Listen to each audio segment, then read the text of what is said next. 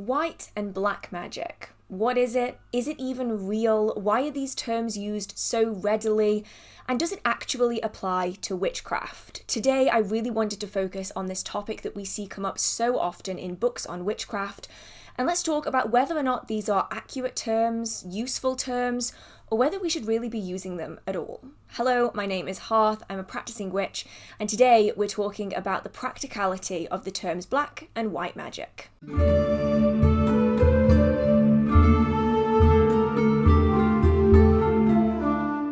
Any of you who've read a book on witchcraft will likely have heard the terms black magic and white magic being used. Typically, it's done to describe positive magic and to differentiate it from negative magic. A few of you will likely have also been asked in person. I know that I have. So, are you a white magic witch or a black magic witch? And while on the face of it, it might seem really trivial and really minor, it can have a negative impact on the way people perceive magical practice. And especially for beginners, it can actually go on to hinder their craft as they develop. So to start this off, let's go back through time to see how witchcraft has been applied throughout the centuries. And this really has an impact on the way that we perceive it today. So when we're talking about the witch trial period, the term witch is used very derogatively. It is not a title that you would self-identify as. It is something that was pushed upon you by the people around you. This might be your villagers, this might be your townsfolk. They would accuse you of being a witch. And from there, it could go in many different ways. Ultimately, the outcome to this accusation would depend on where and when you were accused. If you were in the Holy Roman Empire, on the continent of Europe, you would likely be burned at the stake. In England, it was quite likely that you would be hanged. If you were quite early on in the witch trial period, you would likely have a harsher sentence than if you were at the very end of the witch trial period. But ultimately, the term witch was a derogatory title. There were, however, other magical practitioners that were not perceived in the same way. The witches were believed to cause illness and death, to cause blight to crops and sickness in animals. The peddlers, wise folk, and cunning folk were magical practitioners who could counter the magic of witches. These were usually self-identified. They would work within their community to help better them, to offer healing, to offer fertility, to offer prosperity, to offer protection against these evil witches. And so as we see going through time, the term witch has typically been associated with the baneful styles of magic. When we come to the resurgence in the magical crafts, these being the late 1930s into the 1950s, where we see Gerald Gardner really pushing for Wicca, we see a really big separation between the pre-existing belief of witches being baneful practitioners cursing and killing, and instead we see a much lighter and brighter approach. These people refer to themselves as Wiccans. They are separate from the witches that came before, and therefore they are distancing themselves away from that really negative past. Now, during this time, we see a lot of increase in popularity with Wicca, and this will then travel across the pond to North America, where it starts setting up roots there as well. It becomes one of the fastest growing religions in the entire world, but it is only one aspect of magical tradition. It's important to remember that witchcraft is far older than Wicca, because Wicca is sort of an amalgamation of different beliefs that have been brought together into something that is a system that is very easy for people to digest and to practice. And then when we skip forward another few decades into the late 80s, 90s and early 2000s, we see a secondary revival in the popularity of witchcraft. And this comes in the form of media. TV, movies, books, and the like. We see much more commonly witches being perceived as positive. They are characters that we are meant to like, we are meant to love. I'm talking Willow from Buffy. I'm talking the Halliwell sisters from Charmed. We're talking Sabrina from Sabrina the Teenage Witch. All of these figures, like the Owen sisters from Practical Magic, are designed to be likable. Their craft is accessible, and so more and more people begin looking into the history of witchcraft, how to practice it for themselves. And while during this time we do have movies that show the negative side of witchcraft, I'm talking about you, The Craft, I still don't like it, but I do get why people enjoy it so much. We start seeing witches in a very balanced way. It is no longer Glinda the Good Witch and the Wicked Witch of the West. Instead, these are real people. It's balanced. And so we see this in an uptick and a popularity in books on the topic, real books on the topic. This then coincides with authors such as Silver Ravenwolf and Scott Cunningham, who really made witchcraft accessible to the masses. Now you could find books on topics that would never previously have been publicly discussed readily available for you in stores. You could just go in and pick one off the shelves. And this made a massive impact to how mainstream witchcraft was. And with that comes an interaction with people who are maybe not so much of a fan of witchcraft. And so now we see an even further separation from the witchcraft of modern practice to the witchcraft of the past. People want to separate themselves further from the evil that often surrounded the term witchcraft when it came to the early modern period, the witch trial period. And so people very heavily push for, there is no devil in witchcraft, we do not believe in the Christian devil, we do not worship demons, we do not work with demons, we do not do any kind of baneful magic, cursing, who's she? We see this happening a lot. And the books really heavily push love and light. Only positive magic, baneful magic has no place in witchcraft. We start seeing the threefold law, which comes from certain traditions of Wicca, bleeding into other aspects of witchcraft as well, as a way of further distancing themselves from the history of witchcraft as being something baneful. And because these books then reached a mainstream audience, you reach an audience that is also very opposed to anything other. And so it is then associated with white magic, only positive things, as a way of making it more comfortable for the people involved. And this is really, really valid, by the way. I'm not coming at this saying, oh, they should not have done this. No, because it's important to remember that in England, until I believe 1952, 1953, it was still under the Witchcraft Act. So it was illegal to practice witchcraft. This was then repealed, but it was still in place until the early 1950s. You see parts of America especially that are very, very heavily religious, where it's actually a danger to yourself to publicly share that you practice witchcraft, because people might go way too far when they're opposed to something that they personally don't agree with. There are many different terms that were used as well. You might find white magic and black magic, positive and baneful, right-hand path, left-hand path, the path of love and light. There are so many different ways that people would separate themselves from cursing, from hexing, from any kind of baneful magic, that you'll commonly see these terms being used in books, especially during this late 80s to early 2000s period. But ultimately the question is, should we be using these things today? Should these terms still be used, or is there a better way of thinking about witchcraft? And I think ultimately it's going to be down to you as an individual to decide whether or not it's something that you want to use. But let's talk a little bit about why these terms might not be super useful to a beginner, because I do think that this is where people can trip up a lot. So the terms white magic and black magic, positive magic and negative magic are typically used to describe two polar opposites of tradition. White magic, or positive magic, is designed to help, to cure, to heal. It is done solely for positive intentions, nothing negative involved. Whereas black magic, negative magic, baneful magic is designed to hurt, to cause pain and suffering. It is curses, it is hexes, it is jinxes, it is making people ill, it is killing people. These two are very, very polar opposites, but the terms give the idea that these things are innately good and bad. And the problem with this is that what we're working with when it comes to spells and rituals doesn't have any kind of morality in itself. When you think of somebody casting a spell, many people, especially those outside of the magical tradition, will imagine cloaked, hooded figures traversing through the wilderness at midnight to perform their secret rituals and spells. But for practitioners, you might simply be thinking of looking at your clock, realizing it's already midnight, oh no, I forgot to do the working I needed to do, let's do it quickly now. And both of these things can apply. The fundamentals of both of these styles of practice, whether they're very, very complex or very, very simple, are the same though. You are taking your intention. This is the goal of your working. Without this, there is nothing that your working is aiming towards. Onto that intention, that outcome that you want to manifest, you are adding in energy. This might be the energy of dancing. This might be the energy of a large group or coven of people coming together to perform that working. That might be using plant energy or crystal energy, elemental energy in your workings, or more likely, your own personal energy. These two things are the foundation of it. Everything that we add onto it, the crystals, the herbs, the oils, the ritual clothes, the music, the dance, these are all added extras. They're bonuses. They can be beneficial, but they aren't necessarily a requirement. And when we're talking about the energy involved, This is a completely neutral force. A little bit like electricity, it can be used to cure, it can be used to maintain life-saving equipment, but it's also being used to cause harm and to end people's lives. Ultimately, the electricity and the energy itself has no morality. It's about how you use it. This then leads quite nicely into the second issue.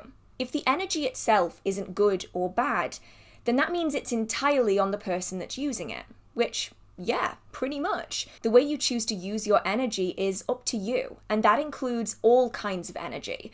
That's the actions that you do during your day, the little acts of kindness, where you spend your money. All of these decisions that we make will have a positive or negative impact on the world around us.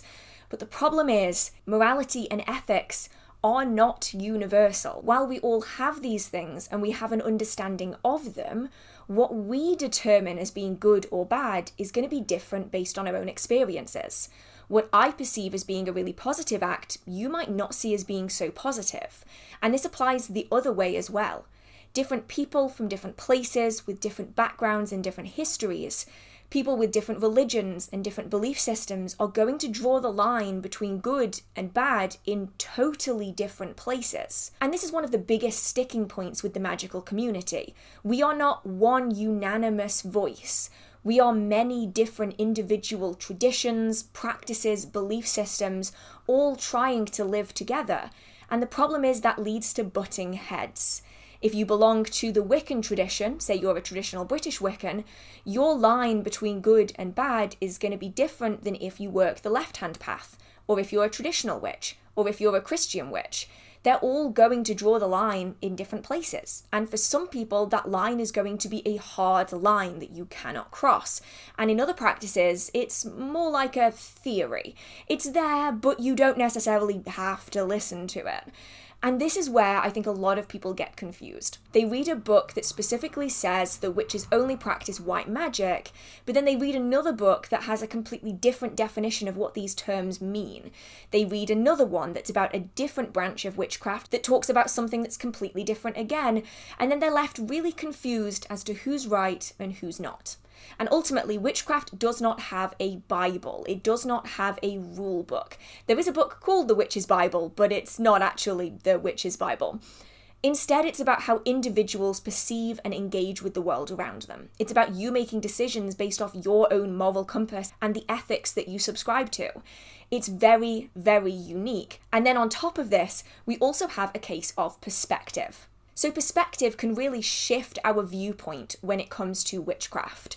And depending on which side of that working you're viewing, it's going to appear differently. So just as a few examples, if you've decided you really don't like somebody and you want a bit of entertainment, you don't have anything to do of an evening, you just want to have a bit of fun, you decide to curse this person that has done absolutely nothing wrong to you. They're just an innocent person that's caught in the crosshairs of your boredom. Most people would comfortably say that this is a negative working. It hasn't really been done for anything other than personal gain in a way that wasn't even necessary. You could have literally done anything else with your evening and had a good time, but instead you decided to hurt somebody. But equally, if your friend comes to you and says, hey, I've been really struggling at the minute, I would really like if you could offer me some energetic support in this, you're targeting that working just at that individual. They've given you their permission to carry out that working. You're probably doing that working with them one-on-one, and it's really benefiting them and you get extra practice in.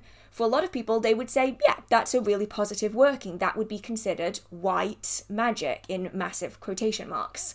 However, as soon as we start applying magical practice to people and situations that we are not entirely in control of, this is where perspective is going to have a really big impact. I'm going to use the example of a job interview. You have applied for a job and you really, really want to get it. You're so excited about it. You know that you could do a really good job, but you also understand that you're not the best trained for it. You're going to have on-job training, and they voice their concerns to you about this topic. So you decide to give yourself a magical head start. You carry out a spell to have a really successful job interview. You get in there and everything goes perfectly. The nerves that you thought you were going to feel, you weren't feeling. They asked you every question that you wanted them to ask. You were really charismatic. You came across really well. They really liked you and you get the job. Not only do you get the job, but you also get a pay rise, something that you were not expecting in any way, shape, or form. This is fantastic. You get to help yourself, you get to help the family, you get to have that financial support that you really, really need, and you feel like you really worked hard and you deserved it. This is a positive spell, right? It benefits you, it benefits your partner, it benefits your children, it benefits your neighborhood and your environment if you are going to be donating some of that money and working for charity. There's lots of benefits here, but if you spin it round just a little bit and look at it from the perspective of the other interview, then all of a sudden it looks less positive. On the other side of that wall, in a different room, is a man that is conducting the same interview that you are. He's really, really struggling with money. He has a lot of medical bills that he needs to pay off, and he's been looking for his dream job for months. Finally, the perfect job lands at his feet, and he applies for it. He is so highly qualified, more qualified arguably than he actually needs to be, and he desperately is hoping for this job. He goes in, he has a really good interview. He thinks, I've nailed this. This is fantastic. I can finally support my family. But at the last minute, he gets called back in and is told, I'm sorry, we found somebody else. You're absolutely stunned because you are truly overqualified for this position. This is more bad luck. You didn't need any more bad luck in your life. You now don't have the job that you wanted and you can't support your family and pay off your medical bills. And it could have all been because that other interview had a magical edge. Suddenly, that working doesn't seem so positive anymore. It actually seems really, really negative. You've harmed somebody in an already difficult position. You have kicked them while they are down, and you didn't even realize it was going to happen. This is the problem when it comes to labeling things as polar opposites. The reality of witchcraft is that it is neither positive or negative. It usually falls somewhere in the sea, this sliding scale between the positive end and the negative end. And the more people we bring into our practice, the more people that we are targeting with our energy, or the environment that we're targeting with our energy might contain a lot of people, such as an office environment, a school environment. You then have the risk, like the butterfly effect or the ripple effect, of one thing that you do causing serious knock-on reactions for other people. And these reactions could be really positive, but they could also be really negative, and you are never going to know the reaction that you're going to make. Not really. We can do what we can to really think through our actions, plan accordingly, try to avoid any collateral damage. But just like with every action that we take in life, whether it is driving somewhere and taking a wrong turn, whether it is getting a little distracted on your daily walk and nearly stepping into traffic because you're looking at your phone, whether it is a single exam that you didn't revise quite so hard for, all of the events in our lives have a knock-on effect to people around us. The same applies to witchcraft.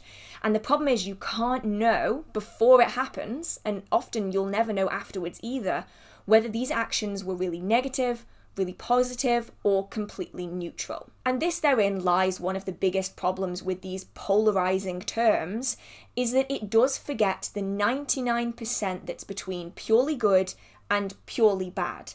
There is all this stuff in the middle that is kind of hard to put into a category. And where you are in your belief system is going to change that. Some people will put love spells more over here, closer to negative, baneful magic.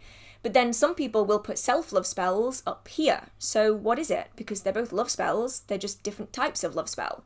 A prosperity working for yourself might be up here, but if you're then doing that working for a job interview, it might actually be down here. A good luck spell might mean that you have good luck over somebody else, so where do you put that? And ultimately, it's this grey, murky area that can get kind of confusing. There is also a topic that I think is really important to discuss, and that is how certain people and certain cultural traditions are perceived.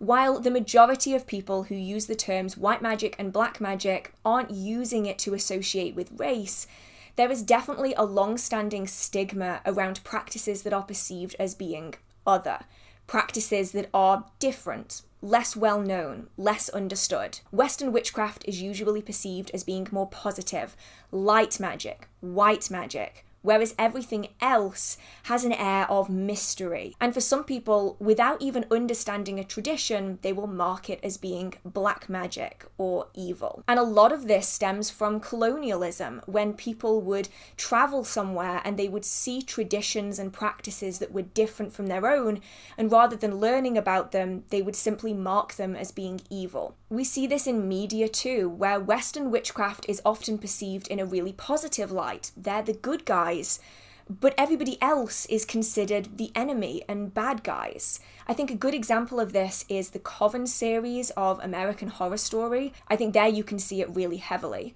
And so I think it's important that when we're using these terms, we can acknowledge that while we as individuals may not be intending it to come across that way, in some ways it can have a racial connotation to it that we need to be really mindful of.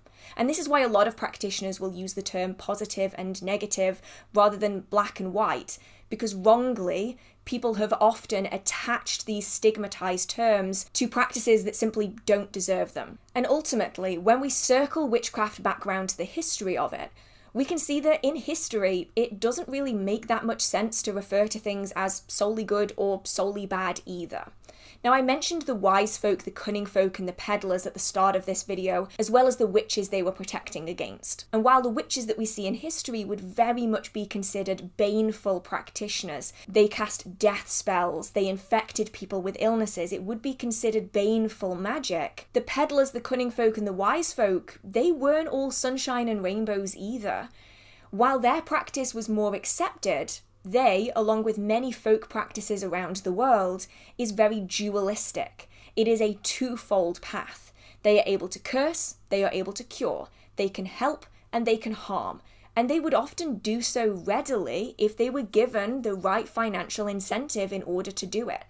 A lot of people believe that the morals and ethics that we place, especially on things like Wicca today, have been applied to everything throughout history, but they just haven't been. And so now, with a resurgence in the popularity of folk magic, with people looking to history, people looking into traditional witchcraft, we can see that these polarizing belief systems just don't really apply to history. While people may well focus more on curing, you would see a lot of cunning folk focusing on curing boils, or healing livestock, or healing humans. There are other wise folk who would actively carry out baneful magic if it was required at that moment. You see love spells, which many people consider to be baneful magic today, being used quite readily. And so the polarizing perspective on witchcraft just doesn't align with the history that we know about now. And if you ever have the chance to go to the Boscastle Museum of Witchcraft, that has some great examples of curses and cures being used throughout history. It's really, really fascinating. And if you're not interested in British witchcraft, we can see this in the magical practices of Rome and Greece, where cursing tablets were commonly created, where people would write the person that they wanted to curse, as well as the reason they wanted to curse them and what they wanted to happen, onto lead tablets.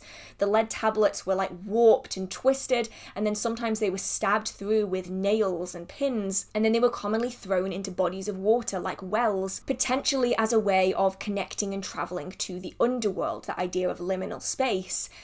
So we see thousands of years ago people carrying out curses, just everyday people who were sacrificing animals for the gods so they could achieve their goals. This was something that was so commonplace. And while I don't suggest people doing things like that today, I do think it's important to not perceive the world through the lens of the way modern witchcraft is perceived. It wasn't love and light. It wasn't super positive. It was often very dirty, gritty, get your hands in the soil, not always super love and light. And I think this is where it's so important, especially for beginners, because the things that we learn at the very, very start ingrain so deeply in us that it can be really, really hard to shake them. I know that I started my magical practice when I began to formally learn under traditional British Wicca. And there are aspects of that craft that I will still apply in my practice today, even though I no longer practice as a traditional British Wiccan.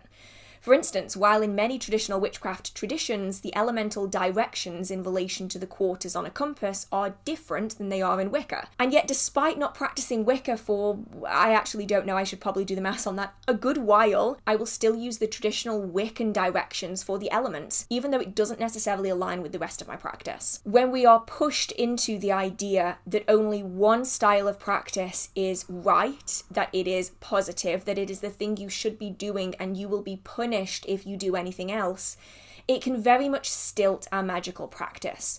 It can instill fear in people, a fear to even just learn more. And if anything, I think that's something that we should all be doing, even if you don't want to carry out a style of practice, like cursing or hexing.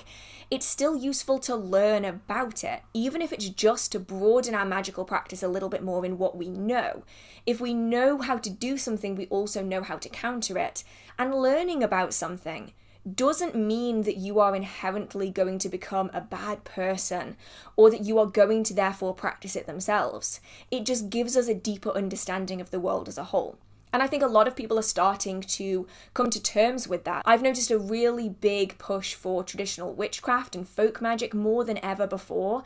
There is a real drive away from Wicca and towards more individualistic practices. Practices that are rooted in history, practices that are rooted in where you are from, the land that you live on, the community in your environment. I think there's a real push for this. And with this, we see other terms arising. So in traditional witchcraft, you have the idea that you're walking the crooked path. And this is because you are neither good nor bad. You may well be doing this over that line, the line between these two things. It's very flexible and it's very fluid and it's based on perspective and it's based on circumstances. And it is a crooked, wandering, winding path. It is not a straight line straight through the middle. We also have the idea of the twofold path, the idea that you can curse and cure, you can heal or you can harm. You can walk that line, that knife edge between the two, and you can still have a valuable magical practice. It's just about being aware of how our actions impact other people, and then making decisions accordingly as to whether or not that's something that you want to carry out for yourself. So how do you describe yourself? If somebody asks me, I will usually just say, I'm a witch. Because ultimately, my magical practice is not something that I have to explain to a total stranger. I practice witchcraft. Whether I consider it to be positive or negative is personal to me, and whether you would consider it positive or negative is personal to you. My belief systems might be different from yours. If I'm talking to a Wiccan witch, they very well may have very, very different opinions to me, same as if I were talking to a Christian witch. That doesn't mean they're right and I'm wrong, or that I'm right and they're wrong. It's just different perspectives. And so I typically just prefer the term witch. Some people will refer to themselves as a grey witch, somebody that traverses all aspects of witchcraft to varying degrees. And some people will still use the terms positive and negative, white or black, especially if they are in circumstances where they feel unsafe, physically, emotionally, and energetically. Because while I'm very grateful to live somewhere where there isn't too much stigma around it, not everybody's so lucky. So I hope that you did enjoy this video. Let me know your opinions down in the comment section. This is actually a redo of a video I did at the very start of my channel, so I finally got around to doing it. And I'd love to know how you describe yourself. If you did enjoy this video, please give it a like, it means a lot to me. And if you enjoy the magical content on this channel or in this video, feel free to hit subscribe. I try to post magical content every single week. And with that being said, I hope you're staying safe, I hope you have a marvelous magical day, and I will see you in the next video. Bye!